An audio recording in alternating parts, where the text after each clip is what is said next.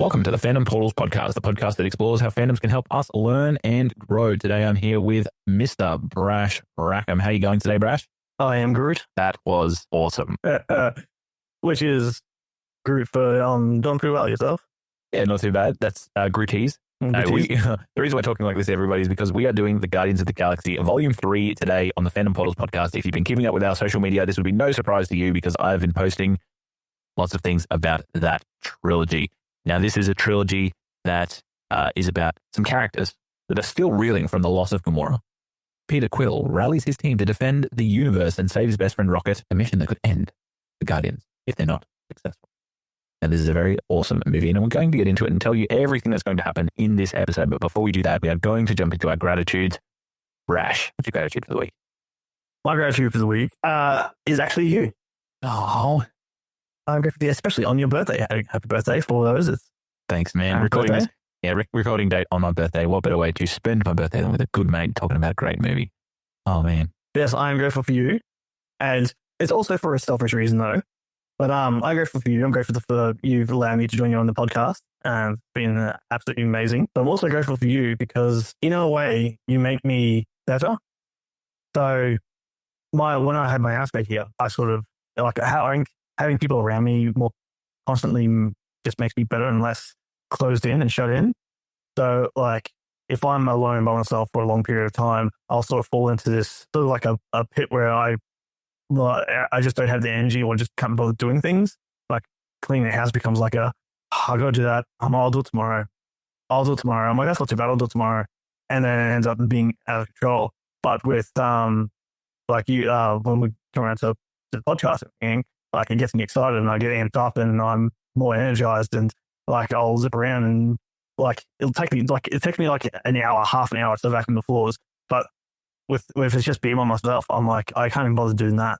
But, like, knowing that you'll come around, I'm like, oh, I'll clean up and I'll vacuum up and I'll do those things. And it gives me energy. It gives me like life. It's like a vampire. I'm like sucking in the lifeblood of it. Yeah. So I'm grateful for you for everything that you do and bringing me in on it because it's giving me a little bit more purpose than just getting up, going to work, coming home, and just repeating that same cycle. So, yeah. I'm going to swear often on this podcast, man, but fuck yeah, thanks, man. That's awesome. That's a good gratitude, and I appreciate it because I feel the same way about you. I've been grateful for you before, but I'm grateful for you all the time because, my life's up and down sometimes in terms of flexibility and availability, and you're always, accommodating for that. And we always have such good discussions on the podcast, but also it's just great to hang out with a friend. Like, it was good to talk to a mate and just about something we both love and hang out in a space that's, like, safe. Yeah, well, because honestly, I reckon the time we talked before and, like, after podcast could almost be its own podcast. Just about. It could be its own podcast, yeah. I think so. But so I am grateful for you and for the opportunities that you allow us doing that. Oh, thanks, man. I do appreciate that. My gratitude this week comes from the fact that this is being recorded on my birthday, and I've recently changed roles in my job. And when I did that, I returned to an old team that I used to work with, and they remembered my birthday. Like, from years ago when I used to work with them, they remember my birthday and actually organized, like, a cake and like, a nice little morning tea and things like that. So it was really nice to go back and actually be remembered in that way. So, like, nice people, good friends. It's been a really good day, actually, like that. And then coming out and do this podcast with you and hanging out even more. And it's just such a good day. It's awesome times. I hope you guys listening out there have a really good day too, because, yeah, there's lots of things to be grateful for. And that's why we love this segment. That's why it sticks around. So, yeah, thanks for that, Brad. Got me blushing. Yes. All right. So let's get on to our topic for the day. We are doing Guardians of the Galaxy Volume 3. This movie was made in 2023. And today you will learn how you can spot a James Gunn movie. He's got a signature storytelling style.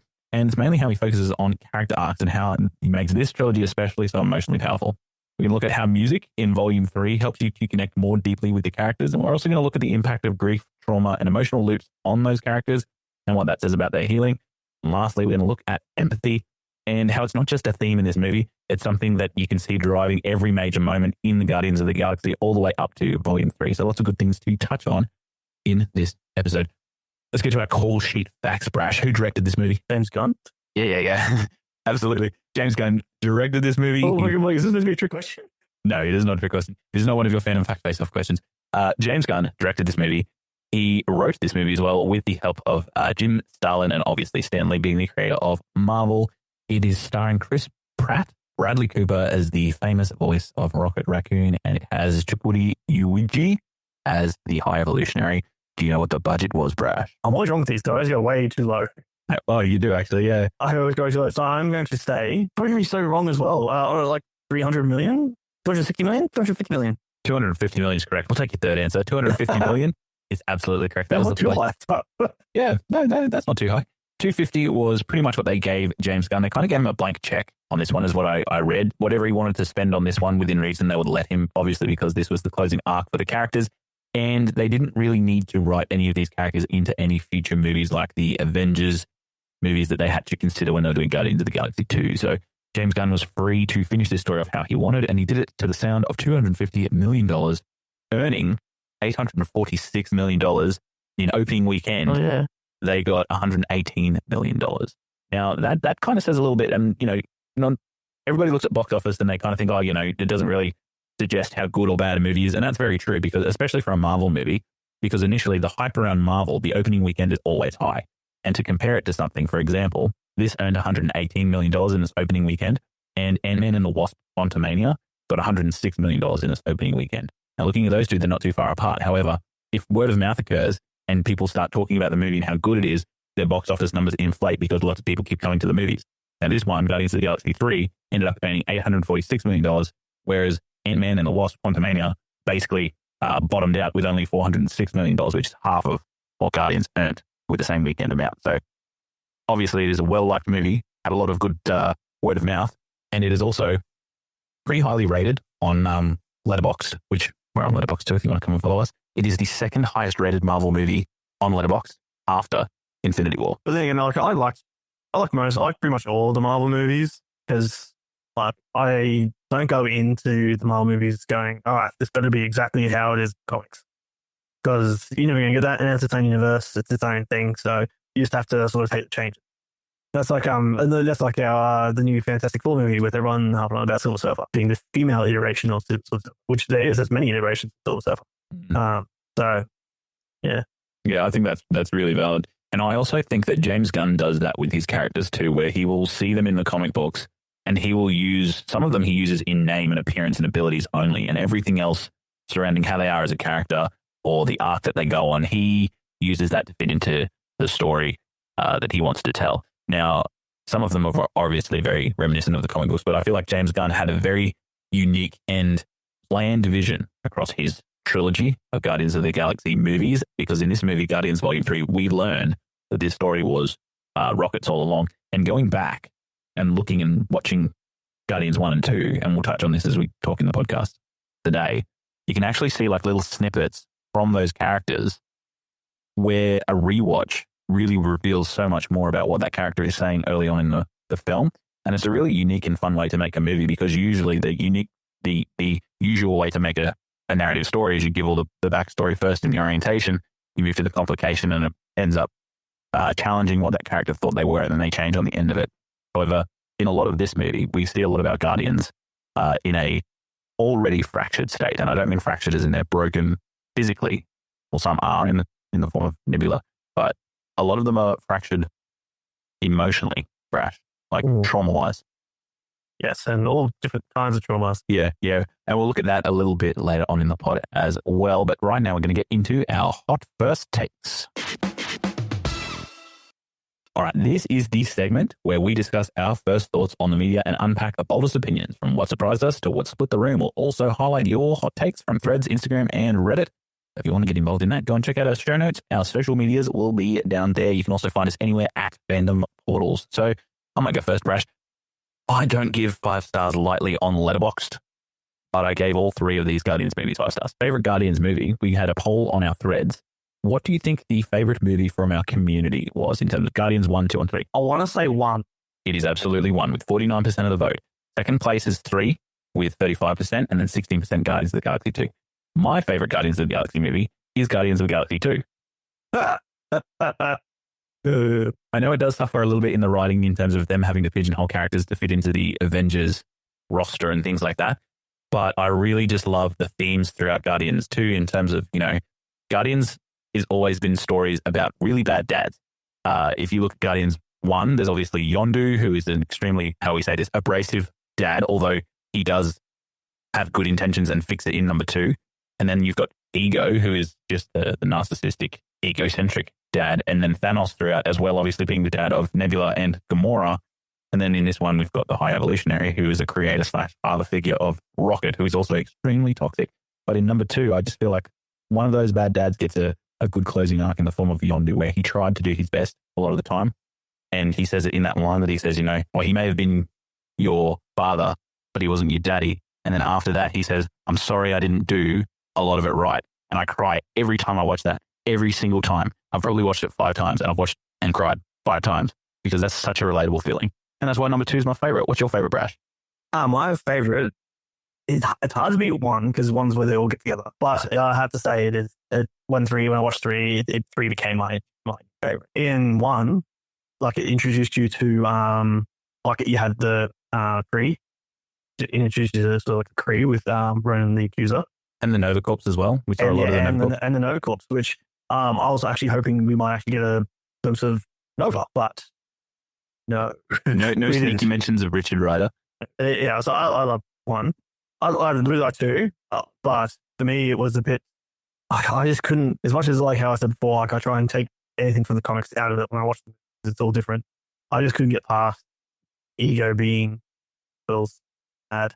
Yep. Yeah. Like that and Mantis being an alien that Ego stole instead of being born on, like Mantis meant to be technically human. Yeah. Just changed and everything like that. And like I love Mantis as well. I reckon she's Mantis' fabulous character. Actually, in the comics, it's meant to be a swordsman who's been in both Hawkeye and Daredevil. 3 became my favorite. I think it's all the trauma healing that everyone goes through. I absolutely love that. And there's things for everyone. Like there's heartbreak, healing a heartbreak. There's like Rocket stopping running from his past and accepting what's happened and moving forward. And then there's Drax realizing what his future could be, which we'll go into later. Finding like a purpose other than being Drax the Destroyer, which is mentioned which is said in the movie by Mantis. And then Nebula finding her place, her family, and finding something that she can build herself that's not her reconstruction. And like they all have their moments. And they get closure. Yeah. That's the big part. Groot doesn't really get much. Yeah. But for Guardians 2 and 3, which is obviously the same Groot throughout, and in Guardians 1, that's the different Groot, or that Groot's father, or growth spawn, you might say. But for the second Groot, his growth kind of occurs. He's used as a plot device in number 2 as baby Groot, basically, so the rest of the Guardians can galvanize around him. And there are so many moments, and that's another reason why I like Guardians 2, is because they're all going through lots of different father issues. And historically, through the Guardians, we know that they all have these father issues. But there's that scene in Guardians 2 where Peter and Rocket are trying to coach baby Groot on how to detonate the bomb. And it's just such a supportive environment for this little thing that's obviously made mistakes before, about trying to get Yondu's fin and coming back with various different things, including a 7th human arm. But he's just made all these mistakes before, and then they're still trying to coach him and teach him on how to operate this device. They're trusting him. They're giving him the time to learn it. They're giving him multiple attempts, which is what good teachers do as well. They offer lots of opportunities for them to grow and experience things on their own. And even though these 2 individuals of Rocket and Quill didn't grow up with any kind of father that they could call a role model, they're still fathering this young little plant boy in the best way possible. And, he makes these mistakes, but he gets it right in the end. And that's the success of that movie for me. That's why I love it. But I think that, like, for Groot's growth, his happens mostly through the Infinity War and Endgame, where he's that teenager and learns to take a bit more responsibility. So, and then always sticking by Rocket in the third Guardians movie as well. But our other poll that we had up was about who your favorite original Guardians member was. Now, I know your favorite's Mantis, but she's off the table for this one, bro. So we're going to go with Star-Lord, Gamora, Rocket, or Drax. Who you got? Because our community has a very popular favorite, I'll say. I'm sort of stuck between Rocket and Drax. I have to say with 3, it'd probably be Rocket, but Drax would be a close second. Yeah. I think my favorite is also Rocket, with a very close second being Peter Quill, Star-Lord. And our community has 42% of the vote for Rocket, 38% to Star-Lord, Peter Quill, and then 11% for Gamora, 9% for Drax. we had a lot of people in the comments saying Groot was their favorite as well, but I didn't include Groot in that poll because there's obviously 2 different versions of Groot. So I made a poll for Groot all on his own, and that was very eye-opening. So we had 4 different versions of Groot. We had the original Groot, which is Groot, Baby Groot, Teenager Groot, and Guardians of the City Groot. Yeah, Guardians 3, which I called Swole Groot because he's just... Well, yeah, because he's jacked. Yeah, he's jacked. Especially in that stinger at the end, he's just even more gigantic and just... what do they go? Kaiju mode. Yes. I really love in that version of Groot how they didn't incorporate his growth in size in terms of him growing very quickly. He's almost like a bunch of really coiled up vines that have these plates on the outside of him. I thought that was a really great character design. But our community and a lot of people, I think, thought that the original Groot from Guardians 1, the one that sacrificed himself for the team and taught Rocket that the team that he is with is worth giving a crap over, basically. The original Groot was the favorite with 56%. And I like that because... Well, I agree. My favorite is the original Groot too. Yeah. My favorite is the baby Groot, second to the original Groot. But I like that people like the original Groot because he has the same physique that I do. Yeah. He's tall and long and has massive arms. I love that. So I think he was definitely the most emotionally resonant version of Groot. And the line, "We are Groot," is like, it's synonymous with connection and family. And I love that Vin Diesel says that and also is famous for quoting family in Fast and the Furious. It's like, he's the guy. I'm surprised they didn't think of that family there somewhere in Groot's lines. He could have done that in the end of this movie, Guardians of the Galaxy 3, when the audience ends up understanding him because they're now a part of the Guardians family. They could have said, "I love this family," or something like that. But for me, actually, when he said, "I love you guys," when I initially watched that and I heard it in Vin Diesel's voice, it kind of took a little bit away from that moment because I know that Vin Diesel is highly memed for saying things like, "Yeah, this is our, like, family oriented things." Yeah. Yeah. It was a very emotional moment, but for me, there was just a little bit in the back of my brain that said, that really sounds like Dominic Toretto. Yeah. And it's, I do love how, like, in the end, like, you're able to understand, like, the audience is able to understand what Groot's saying. Yeah, I think that's a really nice touch. Especially because the whole way through, Gamora has not been able to understand what Groot's been saying. Oh, yeah. Until the end. Yeah. And I like that as well because it gives her that distance. Yeah, exactly. Which is what we needed from this Gamora watching Guardians 3 after the two Avengers movies. Because you can watch Guardians 1 and 2 back to back, and there's not really much that you're not really understanding. But at the end of Guardians 2, when they're all standing there at Yondu's Ravager funeral, Peter and Gamora are holding each other in their arms. And then at the start of number 3, Peter's a drunkard in nowhere, and Gamora has gone off to be a Ravager, and he believes that she's dead. So if you don't have that context in the middle, it's a little bit hard to watch these 3 back to back to back without knowing. And, you know, I hope that they stand the test of time for that reason. And I think that they will, but I do agree. I think that was a really nice touch. And the elevator scene in the movie in Guardians 3, just giving everybody a speed recap of what happened. What happened, yeah. Yeah. Yep. I'll go into it a bit later, but one of my favorite moments from Peter Quill happens in that scene. So yeah, stick around for that in the podcast because it was one of the moments that really solidified him as one of my favorite characters. All right. Our community thought Guardians of the Galaxy 3. I put up a post that says, "What did this movie teach you?"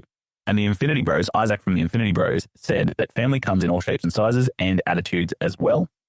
We had Matthew Files that said animal abuse is bad, where you come from doesn't matter, and to treat each other with respect. All very big themes in Guardians of the Galaxy 3. And we have Johannes Marvel. There's a movie where it does teach a good value of family, even if you're not blood related. So that was our threads. Yeah, all good takes. All good takes. I love those. Really great takes from our Reddit, our threads community. Our Reddit, we have Robert19 that says, "This film was one of Marvel's last gasps in cinema." And you know what? I think everybody goes to a Marvel movie because they do have that grasp on society at the moment. And everybody loves to go to the movies to see the latest in the pop culture element of Marvel. I still enjoy Marvel movies. I don't think I would say that the quality between Iron Man and Endgame, like that was a really solid run, but it's hard to keep that up for over 10 years. That's a decade worth of work. And in that time, there were sort of other misses, like Thor 2 wasn't overly great. Like people didn't really like Thor 2. Even I think Iron Man 2 wasn't probably one of the stronger ones of the Iron Man series of movies. And yeah, so I think everyone's got their own opinions, and like there are a few things, and people kept hanging on Disney for being too woke, which look, I'm fine with it. Like some parts they probably leaned into the wokeness a little bit too much, but for what it's all worth, like, fine by me. Yeah, same with me. I think they're entertaining movies, and you don't go in expecting like a Schindler's List, or you don't go in expecting a Godfather Part 1 or 2. You know, you go into a Marvel movie expecting to be entertained, and every single Marvel movie has entertained me. So there's a lot of people that say that, you know, they're off the bandwagon of Marvel. I will still watch a Marvel movie because I love the characters. I think that they still have some pretty good things that we can learn from those movies. And, you know, it's good to see the community rally around things, especially when there are other not so nice things that they could be rallying around. So I think that this as a form of entertainment is okay. And also for kids, there is a lot that people can learn from superhero movies, especially kids who love these kinds of movies as well. Probably not a kids movie Guardians of the Galaxy 3, though, I would say. I think a lot of the people that went to the cinema with their kids for this one in particular probably got a little bit of a shock because, yes, there's some adult themes, scary scenes that probably wouldn't go down very well with anyone younger than, I'd say, like 12 or 13. Even that's probably young. I think about the time that I would show this to my son. And yeah, 12, 13, I think it'd be the youngest. Yeah, that's right, I reckon. So I reckon that they'd be able to understand it a little bit more. Yeah, I think so. All right, we have Matt Tudor and Cook says that female characters can be interesting and formidable if written and acted that way. Nebula and Gamora and Mantis stood out in this movie to me as being the most interesting evolutions of characters. Mantis went from a glass cannon to an actual threat to whole security teams. And I think that's a very poignant point because all three of these female characters, in terms of Nebula, Gamora, and Mantis, they have really strong character arcs. They are leaders in their own right as well. And not only do they show physical strength, but emotional strength as well in terms of the growth that they go through their traumas. But Mantis, especially, her emotional strength and her ability to empathically link with the entire team is the best part of her character. But she's also shown in Guardians 3 to be an actual powerhouse as well. Oh, yeah. And like in the comics, she's also a massive powerhouse and a very strong character overall. Being as though she's, I don't know what she's meant to be called. What was she called? I don't know, she's meant to be human, but she was picked as like a priestess. And if ever first player playing the game, you meet Mantis in the game, and she's already done her or become the priestess in the game. Seeing her doing more in Guardians 3 was, absolutely fantastic. I love that because Mantis is one of my favorite characters in Guardian Galaxy series. Because like even for me in 2, she's one of the ones who makes 2 better for me. Yep. With her interactions with the other Guardians, Celestial Madonna. Madonna. She becomes a Celestial Madonna, and and like her powers ends up transforming that she can even like see the future and stuff like that. Yeah, she gets a bit of precognition. Yeah, I believe. I'm glad that they made her stand out more in 3 because I love it as a character. Yeah, we'll go through her arc a little bit later on as well in the podcast, but I think that she's handled very, very well. So I think Matt Tudor and Cook on our Reddit has got an insightful comment that the female characters in this movie are written and created very, very well. We have David Dude Guy says it took cruelty to animals to a whole new level and ruined the entire movie for me. And they went on to say that there was an overemphasis of showing procedures done to Rocket in the movie. We saw the same thing done to Logan and to Deadpool, but these movies made their point and moved on. In Guardians, they showed a scene of it and it went on and on and on and on. Now, I don't know if I agree with David Dude Guy on this one because I think that obviously animal cruelty is a pertinent issue throughout this movie. James Gunn has gone on record to say that he loves animals across his Twitter, and he wanted to make that prominent through this movie. And also I think it was pertinent to Rocket's arc to show exactly why he ended up being as cold and closed off as we meet him in Guardians 1. I think it's not cruelty. I think it's showing depth to the character. But also I think the issue of animal cruelty is something that, you know, you can foreground it and see what is happening to these creatures. And that is a good way to get people to advocate for it. And I think burying your head in the sand about an issue like that is how it happens for so long. But I don't know if I agree with David Dude Guy on that one.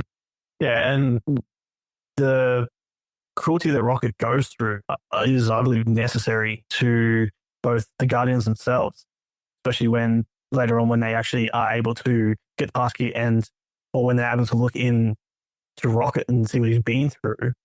And even to Nebula's point where she says, this is worse than what Thanos put me through. Just emphasizes how much, because for the past 2 movies, you've seen bits of the Rocket slip out in sort of he sort of hides his trauma behind his sarcasm and his hard exterior. Yeah, and them all seeing what he went through as a little baby raccoon, just horrified all of them. And James Gunn really wanted his villain in the High Evolutionary to not have the audience sympathize with it. Yep. They didn't want any sympathize, like, hey, you sympathize with Thanos. How, like, some people were like, well, he's kind of correct. He's got a point. Right. Yeah. They didn't want that. They wanted the High Evolutionary's character to be this cruel and just absolutely detestable villain that no one can sympathize with. Mission accomplished. Oh, 100%. And that's why I believe, like I just said, like the cruelty was a necessity to show off just how evil this villain was and the lengths he would go to create what his vision was when his vision in the first place is just flawed. Yeah, I 100% agree. I think that he is a truly detestable villain, and it juxtaposes well with the themes that the High Evolutionary is trying to portray through this movie in creating the perfect society, along with the portrayal of Nowhere, which I think that putting those two things together is perfect, and then coupling it with Rocket's arc and seeing how absolutely cruel this individual can be really made us as an audience sympathize with Rocket, but then made the characters empathize with Rocket, which is the whole point of the movie. And that brings me to our next Redditor's comment, Arclight50, who says, they learned that it was possible to have Gunn's sensibility and still have a film rooted deeply in empathy, to be able to explore really complex topics like guilt, grief, and trauma while still delivering a rollicking and fun movie. And that was probably the comment from our community that I agreed with the most. I think that Gunn really has this ability to tell a good story. He's a phenomenal storyteller. And when he's given the chance to write it across 3 movies and doing it within the sandbox of the MCU, I give him even more props for, because sometimes they can dictate a lot of what you can and cannot do with a character. But he stuck to his vision. He stuck to his guns. He appealed to their better nature, as Star-Lord says in the movie as well, to talk to the corporate shills. And he told the story that he wanted to tell. And in doing so, he did tackle those really complex topics through characters that everybody has fallen in love with. I think the Guardians trilogy is highly rated from 1, 2, and 3. I think the worst Guardians movie is definitely way better than some of the best other movies in the trilogy. So I think this stands above. And we might talk about it as we end our podcast, but I'm pretty excited for the DC universe where James Gunn is in complete creative control. Yeah, that's going to be pretty fantastic. Yeah. I think so too. All right. With our community's voice being shared in our hot takes, let's move on to our fandom fact face-off.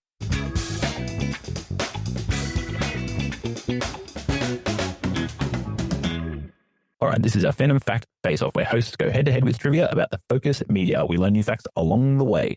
The host with the least points at the end of the month loses and has to take the winner on an all-expenses-paid trip to the movies. However, this month we're doing something different, having a Marvel team-up where us, as hosts, need to collect 15 points to send a lucky listener to the movies. And for this giveaway, all you have to do is go to our website, which is www.fandomportalspodcast.com, and you have to sign on to our email list. And as we've said before, we won't spam your inbox. We'll only send you 1 email a month with some updates, and you'll be the first one to find out about all of our giveaways. So head on over and sign on to this month's giveaway at www.fandomportalspodcast.com. Brash, together as a team, we've got 11 points across 2 weeks. So we could actually hit 15 today. I will start our questions off. Are you ready? I'm ready. Okay, this movie almost didn't happen because in 2018, something happened to a very important person related to this movie that almost had it looking completely different. Do you know what that was? Bradley Cooper wasn't going to be the voice of Rocket Raccoon. I'm just joking. Would this be the James Gunn incident? It would be. Dredged up bullshit from many, many years ago and use that to try and make him out to be a really bad villain because he said something dumb at some point. Yes. Who hasn't said something dumb at some point in their lives? Unfortunately, James Gunn said it on the internet where people can dig it up, and they did so in the era that cancelling people was popular. So in July of 2018, James Gunn was actually removed from directing Guardians of the Galaxy 3, and it was indeed due to those controversial tweets that resurfaced. However, there was so much backlash, over 400,000 signatures on a petition from the public, and also Chris Pratt, Zoe Saldana, and Dave Bautista publicly supporting Gunn. Dave Bautista actually threatening not to be in the movie unless Gunn was a part of it. They decided to reinstate him. which is a bit of a backslide that's uncommon in Hollywood. Usually if they make a choice like that, usually they stick to their guns. Yeah. I love how much we said that. Yeah. They stick to their guns. Yeah. And I think that they were all the better for it, because in the meantime, actually, when Gunn was let go from his Guardians of the Galaxy 3 movie, he picked up a DC movie, which was The Suicide Squad, to go and direct. And as a result of that, they actually made him the director of DC after that. So it was almost like Marvel did the absolute worst thing, or Disney Marvel did the worst thing possible, because they opened the door for him to explore other options and avenues, which ended up with him helming the DCU now. So it's crazy how those silly little PR decisions can have such big ramifications. And that's why I picked this one as a trivia question, because I thought that was just so interesting. But it's really also probably one of the most unusual director comebacks in MCU history, or any director history at all as well. Glad he came back, because the third installment really ticked off all the boxes for the trilogy. Batista as Bane? Batista as Bane. Keen. I'd take it. Not Spanish, but... Yeah, absolutely. He's not a luchador, but it's fine. All right, your question. My question, which actually comes off the back of your question. Beautiful. So when James Gunn was let go of his position, they were still going to use something of his for the movie. What was it? Were they still going to use his script? Sort of.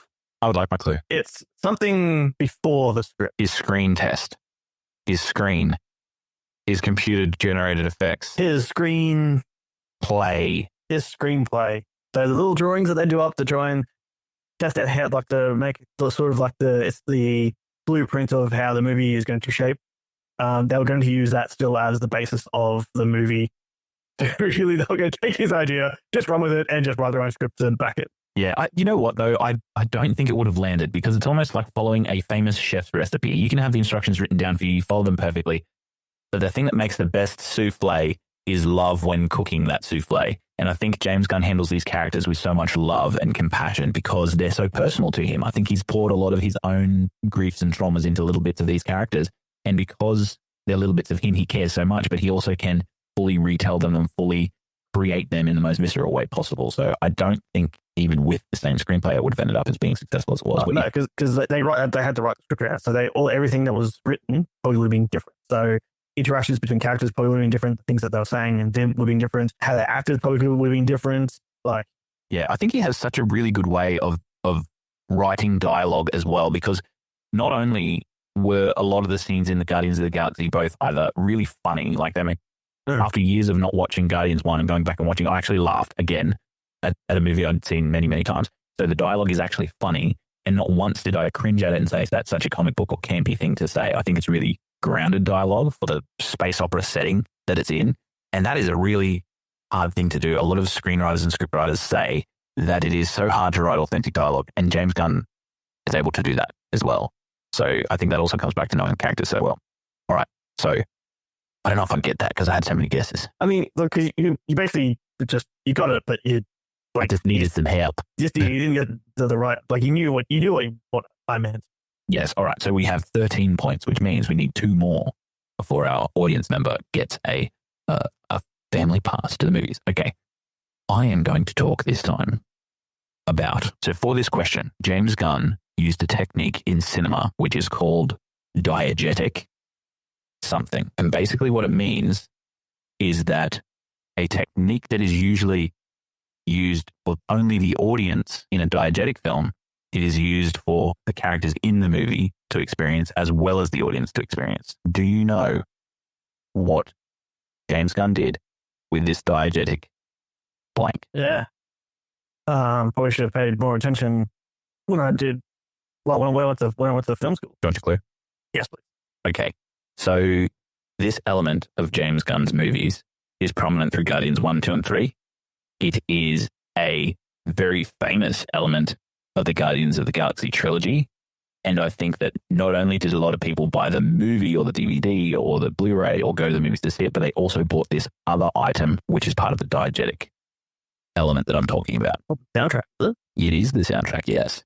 So diegetic soundtrack means that not only the audience can hear the music, but the characters in the movie. Yeah, that's diegetic soundtracks. So basically the Zune gifted to Quill at the end of Guardians of the Galaxy Volume 2.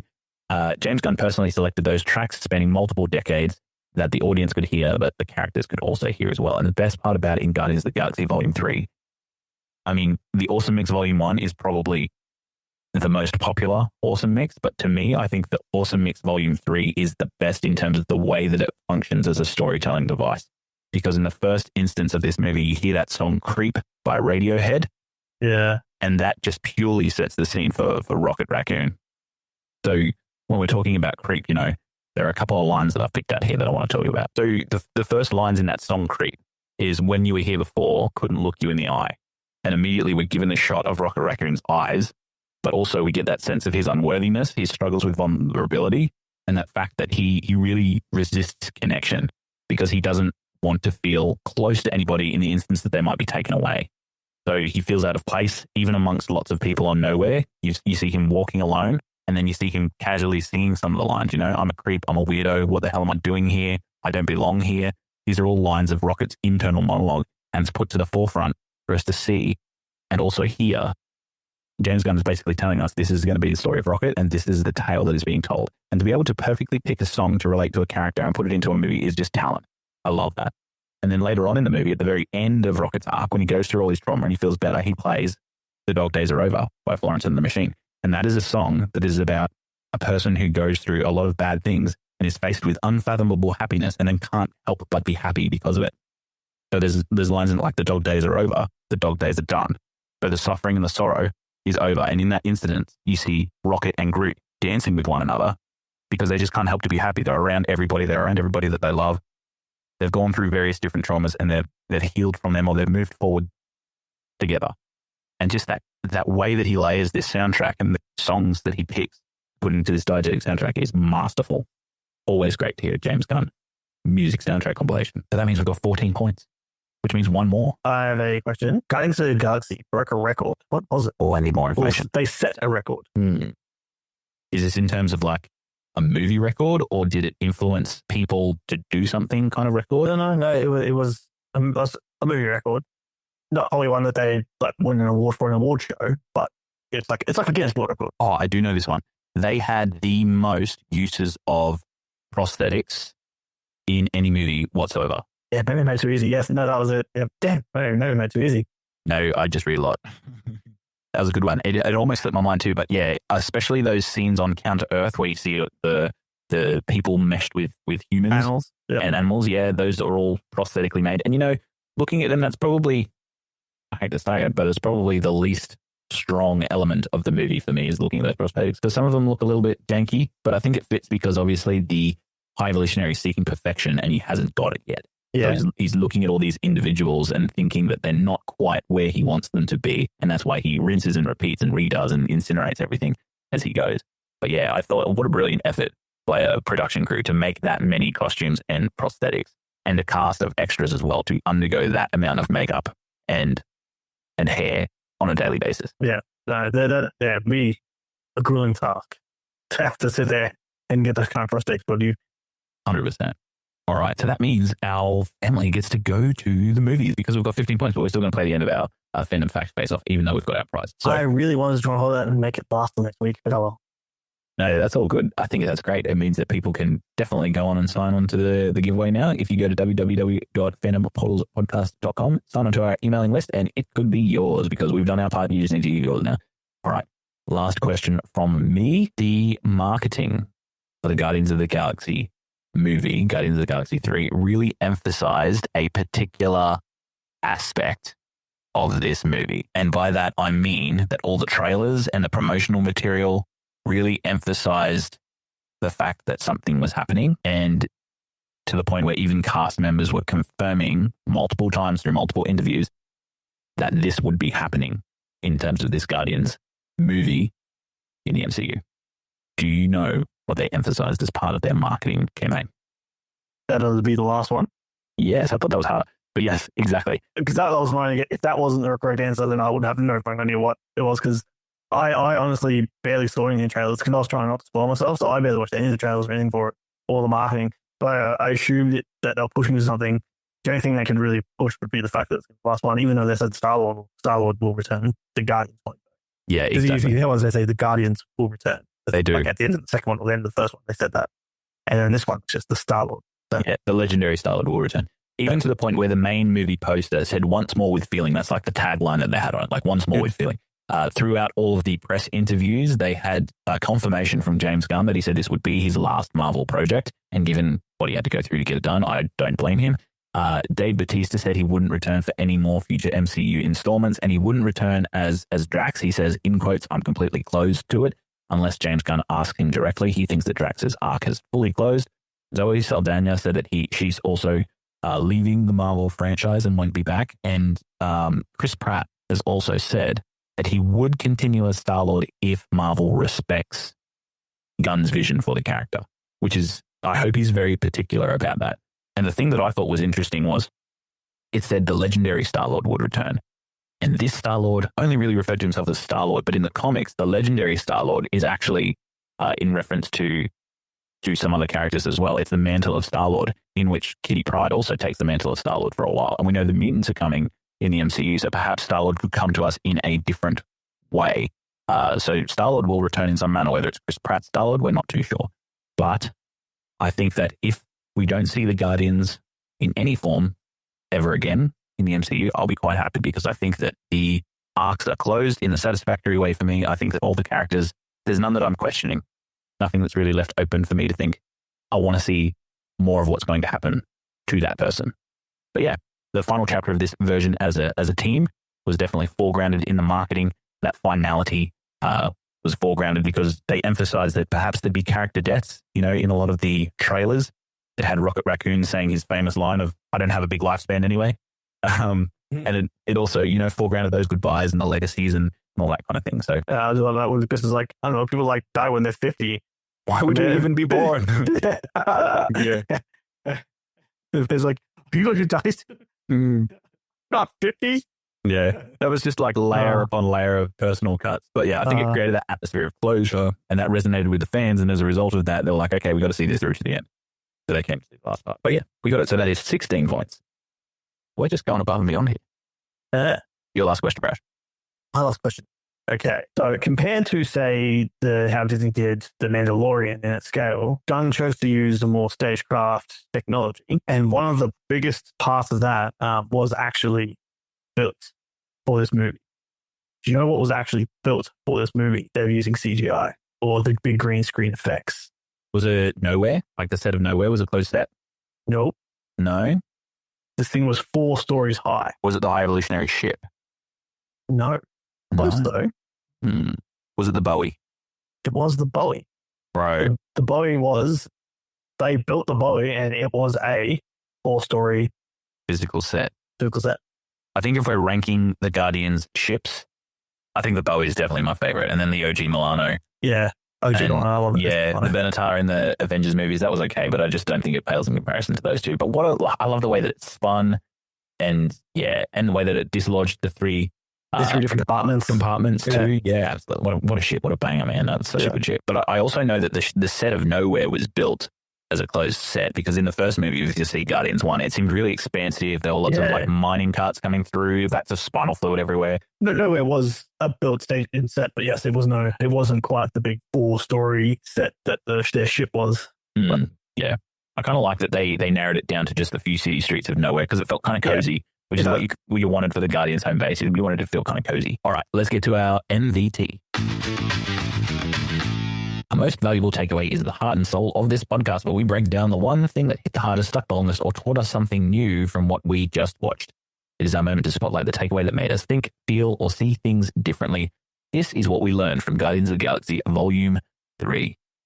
Brash, we had a little bit of a chat about this one because we do our MVTs together now, and we both agreed that from this one we learned that empathy and found family is used through this movie to overcome trauma, loss, and grief. That was like the summary that we sort of came up with. Yeah. What are your thoughts on that? So for me, should we go straight into our characters, or do you want to? I think we'll talk a bit generally now, and then we will dive into our characters in terms of this MVT a little bit later, like in big detail. Well, the whole premise of this movie, I think, is about overcoming different traumas and loss and fears and helping each other out. Because in a way, how in the first movie at the end, Groot really brings them together. In the second one, Yondu's sacrifice and Pete's almost death, sort of, and Mantis coming into it and being that sort of empath herself, sort of brings them all together to fight, help Peter overcome his daddy issues, and and that sort of solidified everyone even more. Then with Infinity War, that sort of got a bit shattered.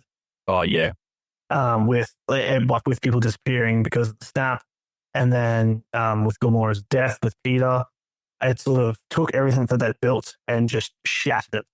With even the ones that are still trying to like solidify the team having a hard time doing so. And I think what this film does, especially with its, even though, like, for me, the main character is Rocket, but for being the main character, he's sort of not in it. Yeah, he's like as himself. The secret main character. He's the main character because everyone is, as much as they're broken, they're sort of using they're using the fact that they have to try and save him as the catalyst to try and solidify their group again. Yeah, and save themselves from their own stuff too. Exactly. Save the Rocket, save the world, that kind of thing. Exactly. Yeah. So, save the Rocket, save the Guardians. And then you also, which I think Rocket was such a perfect choice for this, because then you also had flashbacks of Rocket's, able to get the flashbacks of Rocket's past and what he went through.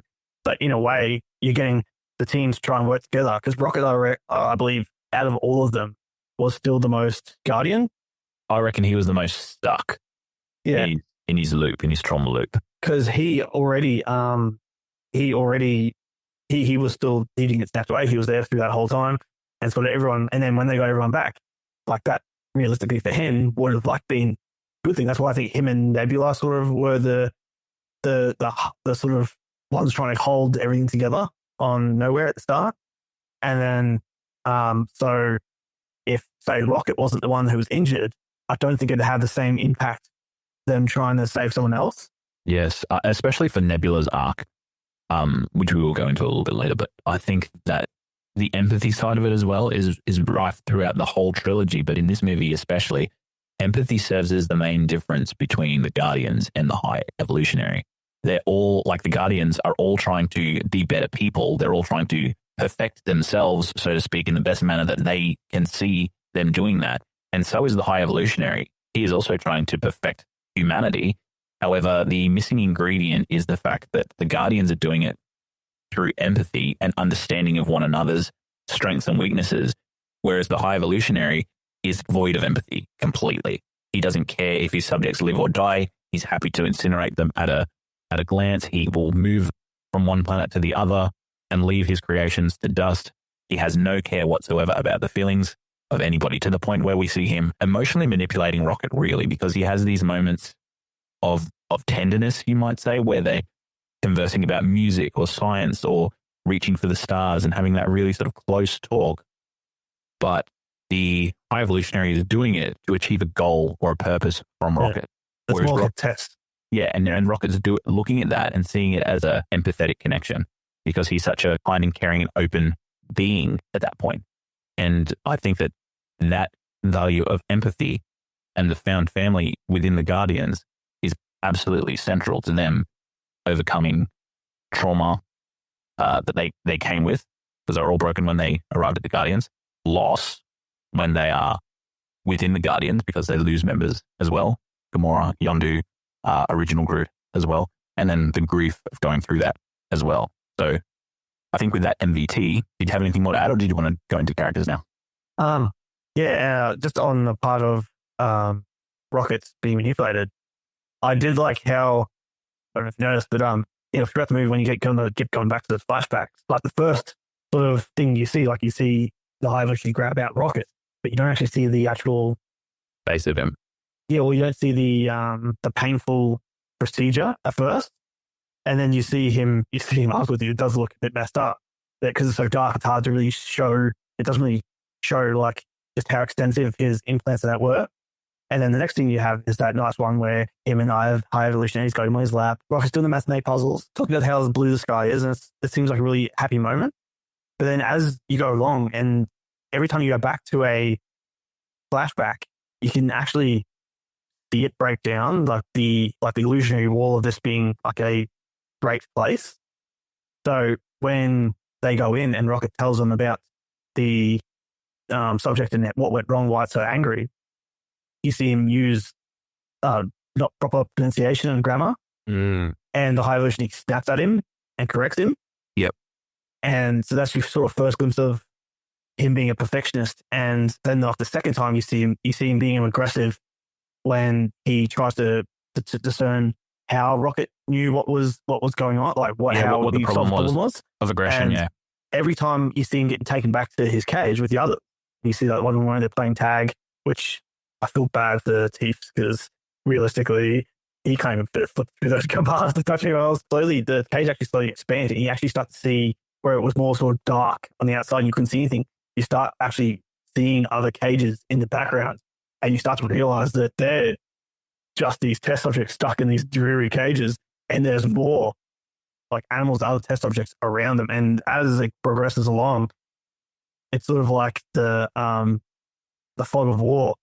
Yeah, good point. It starts to expand out and Rocket starts to see more and more and more until he sees who the High Evolutionary really is and is like, oh shit. This is not a good place. No, it's not a good place. And they're also not going to the good place. They're not going to the good place. They're going to be exterminated. They're going to cut out his brain. He's like, we need to leave. And I did love that, how slowly, which with each flashback, the visage of this nice High Evolutionary sort of is unmasked to who he really is. And the place that they're in slowly start to see, and it expands out to be, oh, this is a storage container full of just test subjects. Yeah, I think that's really good because it also mirrors the audience's awareness. So the character's awareness mirrors the audience's awareness through that technique of using the darkness. That's a really good observation on that as well, because he definitely does. And I think that in terms of your observation that the High Evolutionary starts to snap at Rocket, I feel like he's okay with Rocket until he realizes that Rocket learns the solution to the equation of the aggressive mutants before he does. And he's always saying, how did you know that? I created you, and how did you know that? And then, the High Evolutionary goes through this point where he becomes so nasty about it, where he eventually tells Rocket that he's not going to the good place. And then his vindictive and nasty and cruel and spiteful comment to Rocket is, oh, you couldn't figure that out, but you could figure out the fact that all these creatures, that is such a nasty little, cruel little piece that he's just... Yeah, just to make himself feel like the smarter... Yeah, superior in the room. Superior being, yeah. Yeah, and I think everyone has to be below him. He has to be it's in his name, the High Evolutionary. Like he himself thinks of himself as the highest form of evolution, trying to create the highest form of evolution. Yeah. When realistically he was just a flawed person doing cruel things. Yeah, and as Rocket said, he was just never happy with the world the way that it was. And in that same vein, if we're talking about how high he actually thinks he is, there was that moment where they say there is, like, for goodness or for God's sake, and he says there is no God. That's why I stepped in. So he's even posturing himself as above the high and mighty. And I think that that's really well coupled in this movie, where his slow breakdown is occurring, but also Rocket and the audience think of him as this high up godly figure. And you'll notice at the start where the hand comes in the cage and it's just an ominous hand. It's like the hand of God or the hand of fate coming in to choose Rocket's fate. And it's just a faceless hand that comes in and picks him. And that's almost like that element of the higher power coming in. And it also couples well with Lila's comment when Rocket says, what purpose do we have? We weren't even meant to be here. The guy that created us was just going to throw us away. We've got no purpose at all. And then Lila says that line where she says, there are the hands that made us, and they're the hands that guide the hands. So it's insinuating the fact that this guy postures himself as a creator, but in actual fact, your destiny and your path is beyond him. Yeah. Exactly. Yeah. I think that, we were going to talk about High Evolutionary later, but I think that that's really well covered it there, because I think he also has this element of growth in terms of Counter Earth and Nowhere and the difference between those two societies. Because if we're talking about the High Evolutionary and the way that he perceives the perfect world, it's in his vision. He's creating what he perceives to be perfect. And that's not out of any kind of, it's not out of any kind of concern for humanity to make it perfect. It comes out of a concern for control for him. So he, as Rocket said, is unhappy with the world the way that it is. So he needs to be in control of how it looks. And because he has no control, he does everything he can to all the creatures that he can to try and exact that amount of control. So he feels secure, which is why when you're looking at the difference between his society of Counter-Earth that he perceives as perfect and Nowhere, where all of the individuals there are literally a ragtag group of nobodies pitched together from all different species across the galaxy. However, they're allowed their self-expression. They're allowed their freedoms to do what they choose, and they feel welcomed and comforted in their space. And that's where we went back to that MVT of empathy. And that's the difference in terms of the society as well. With Nowhere, everybody's welcome. Whereas in Counter-Earth, you must fit the perfect mold. I also love the fact that, sort of ironic, that he wants Rocket Raccoon because Rocket's brain, like it's Rocket's his first creation that was able to think or have new ideas, where all of his wants blindly follow him and don't have any new ideas. And that's why he wants Rocket's brain, so his new creations have new ideas. So in reality, he's just creating normal life. So he's not actually going to be creating anything that's not already created.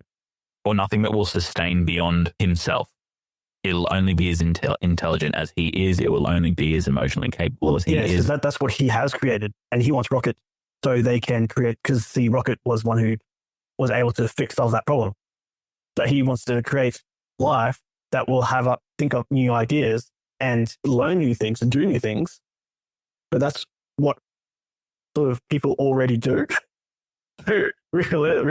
really, he just, and I think that's what would happen if he was to get Rocket and get that brain and create these beings who were able to think for themselves and think up new things and do new things and create new things. He'd absolutely hate that because it is basically just doing a full circle to what we already have. Yeah, I think he's definitely, as we said before, one of the most detestable villains in the MCU because he was written with no redeeming qualities. And I think that was important for Rocket's growth. Yeah, he sacrifices everything just for Rocket. And then when they're like, hey, we need to back out, we need to regroup, we need to go to your planet. It's like, no, I'm not leaving without Rocket, and ends up losing everything because of it. Yeah. All of that singular obsession. All right, let's get to our character spotlight. We dive into our standout characters from the movie. We pick our favorite characters and take a closer look at how they evolve through the story. We break down the character's journey and give a personal take on why this character deserves your attention. Crash lots of characters in the Guardians of the Galaxy, volumes 1, 2, and 3. We're going to start off with Rocket Raccoon. Obviously, his arc is titular for the whole trilogy. He evolves from this defensive, angry loner and goes into this true leader and hero. And when people are going through spaces like that, when they're going through trauma, when we're looking at that at schools and things like that, they usually sit in 4 categories. So there's the victim, the survivor, the advocate, and then the hero. And when we are introduced to Rocket in volume 1 of Guardians of the Galaxy, he's sitting in that survivor mentality there. So he sits in that survivor mentality because he's got these defense mechanisms where he pushes people away when he's hurt. He's got this resentment and this guilt, so resentment of himself, but also resentment for what happened to him. But he's also got that resentment and that guilt of not being able to save and leaving behind his first found family of Lila, Teefs, and Floor. And because of that, he basically froze in that moment. And you can almost see it as well because it's animated so well and because, Bradley Cooper does such a great job of voice acting. When his found family is killed, when Lila is shot by the High Evolutionary, and then Teefs and Floor is shot behind him as a result of him trying to escape, the scream that he lets out in that moment is obviously the impact of that trauma occurring as he runs away and gets in a ship and he has that moment of safety and he has that minute to actually process what happens. You can see a shift that happens in that raccoon's eyes. Like you'll see him be immediately fearful. And then as he's turning the ship to sort of escape and go into the atmosphere, you see his eyes almost like harden and his expression harden. And that was the moment he completely closed off. And we get that through scenes in volume 1, but we also get little hints about what happened to him in volume 1. So there's that scene where he says, I didn't ask to be made, I didn't ask to be pulled apart and put back together all these times. And he says that in a moment of drunkenness. And he hates being called vermin, and he hates being called a pet, and he hates being called a raccoon because he hasn't fully consolidated his own trauma and his own origin. It's like he remembers how the High Evolutionary used to talk to him when people talk to him like that. So he's still in that sort of survival sense where the triggers are still really, really sharp and the trauma is still so raw. So he's sort of sitting in that space of, victim, but also in that survivor space too. I think that it's also present, and we get a little bit of information as well when he goes to break out of prisons. And that's like a weird caveat for me for prisons because, he says I've broken out of 22 prisons before. But in your head, you're thinking maybe he got so good at that because he couldn't break his friends out of the first prison in the first place. So that's a skill that's fed by guilt that he's developed over time as well. And he hides things with humor and sarcasm. And I love the scene in Guardians Volume 2 where Yondu calls him out because he says, I know who you are, boy, because you're me. You push everybody away at the first sign of love because it reminds you of the hole you have in your heart that's just empty. And I think for Rocket, seeing that in somebody else really made him, A, bond with Yondu, but B, through that whole second movie, he's been an absolute grump. Like Rocket is stealing batteries that he doesn't need because he's trying to get into these adversarial situations with the Guardians because he's starting to feel really connected to them after Guardians 1. He's trying to find a reason for them to push him away. Yeah. Yeah, and Quill actually says that to him as well. He's like, do you want everybody to hate you here? Because you're doing a good job. And Rocket just sort of sulks about that because he doesn't want that. He wants to be loved. He wants to be connected. He wants to have that found family again, but he's afraid to. He's afraid of what happens when he loses them. Yeah. And you can see that he's still fighting for it because of how fervently he's going to save Quill and his friends in that moment. He and Yondu take control of the Ravager ship and go through all those different sort of space jumps in order to go and get them. I think he also has that reaffirmed when Yondu falls. I think Rocket sees that, okay, another one is gone. And then again, as we discussed before, during Infinity War and Endgame, where he starts to sort of take on that responsibility role, but almost moving toward that advocate role as well. Because he doesn't really hide from his pain so much. He confronts it and tries to help everybody to get his friends back. Yeah. So instead of holding people at bay or avoiding the situation or thinking to himself, okay, they're gone, I'll go find myself some new Guardians, he actually sticks around with the Avengers to try and help them fix the problem, take some responsibility and some leadership, and goes through and actually, gets them back with Nebula. I think he also falls into that advocate role in the third movie as well when he's rescued, but then he insists that his team also rescues the animals as well. Yeah, I was going to bring that part up. I think that's a really significant part. But even at the start of the movie when Quill's drunk and he has the, what do they call it, the Zune? The Zune, yeah. The Zune.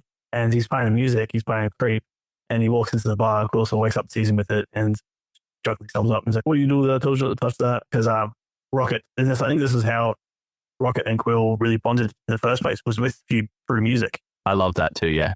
And, but Quill, being the way he was sort of just lashing it out, sort of how Rocket was lashing out when he was going through his issues in Guardians 2. But I think Rocket, in a way, was stuck, as we said earlier, in sort of this, because he got everyone back. But then, even though everyone was back and they were sort of building something in nowhere, it didn't quite feel right. Yeah. Because, some of the people in his little found family were still broken and holding on to their stuff. Yeah. Yeah, Gamora was gone. Nebula was trying to hold things together, but was really still in. She was along her journey as well. It just goes to show as well, like these trauma cycles, that like they're not linear. People go through them and you can backslide and regress, which is what we saw Rocket do at the end of Volume 1 and into Volume 2. And then, into this Volume 3, he really kind of falls into that advocate role, and he moves into that leadership role as well, because towards the end of the movie, he takes command of the Guardians, which we see in that ending stinger. But I loved what you said about the music too, because it goes to show that his relationships with the other Guardians is really important. But through him healing, he is also trying to help the others heal. Because I think it's so subtly done too, because throughout all the movies, you see Rocket slowly starting to like the music. Like he says, I think we should put the music on at the start of number 2. And Quill goes, no, the aboleth's almost here, we need to fight. And he starts that winking joke. So he's really into the music, and then he becomes the DJ of nowhere through the Zune. And in the end of number 3, Peter actually goes back to get the Zune for Rocket because he knows that healing power of music. He knows how much that nostalgia and that musical bond helped him get through a lot of his traumas.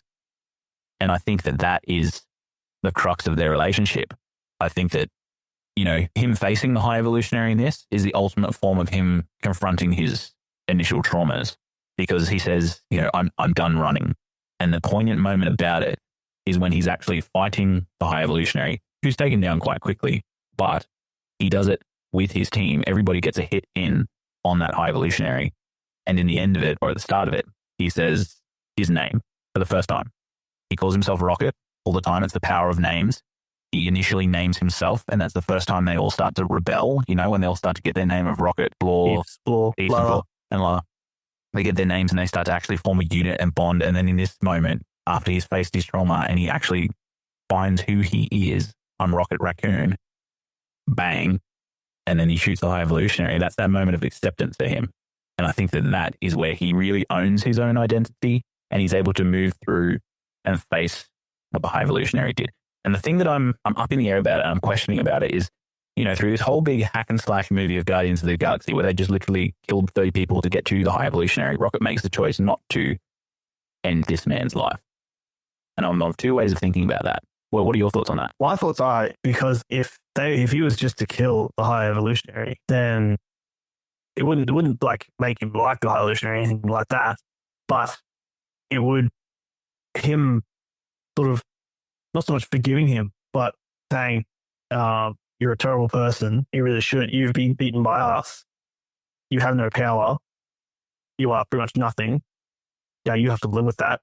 I'm going to move on with my family and be happy. That's your punishment. That's what I sort of gleaned from it.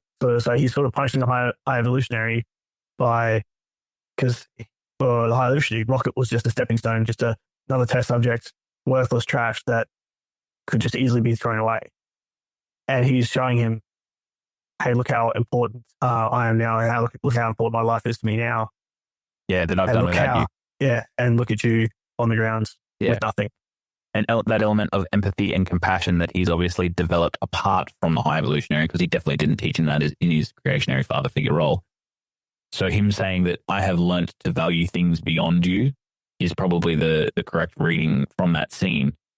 The life too, like the importance of life. Yep. So instead of him taking another life, he's like, no, I'm not going to take another life just to be able to take another life. That's not who I'm going to be. Yeah. I think it's symbolic to think about the manner in which he is looking at him too, because if you see, he's standing over him, but the High Evolutionary's just had his mask ripped off, and symbolically you can see that as, you know, everything that you're hiding behind has been completely revealed to me as Rocket. I know that you're not actually this nice person who sat me on your lap and taught me about music. You're actually a really horrible and disgusting and detestable person. And that's symbolically represented through the fact that his face looks like absolute goop. Yeah, and that he's not perfect himself. Yeah, High Evolutionary was hiding behind a mask perfect when he really was. Yeah, and I think that is his complete arc in Rocket. But we touched on it earlier, but I kind of want to talk about Rocket's relationship with Nebula as well, because that develops so beautifully across Endgame and Infinity War. They're the only 2 left from the Guardians.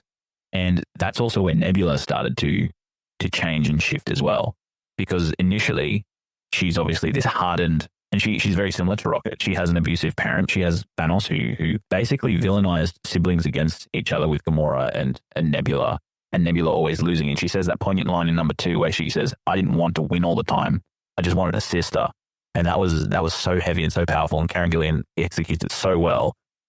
And it just really speaks to Nebula's character, because in Infinity War and Endgame, Rocket and her get really close, and they go on missions together, and they attempt to get the Guardians back. And there's this awesome scene in the Avengers movies where Nebula faces Nebula, and old Nebula's talking to new Nebula. And, you know, she's saying, you can be something else. And then Nebula, that's still attached to Thanos, says, he won't let me.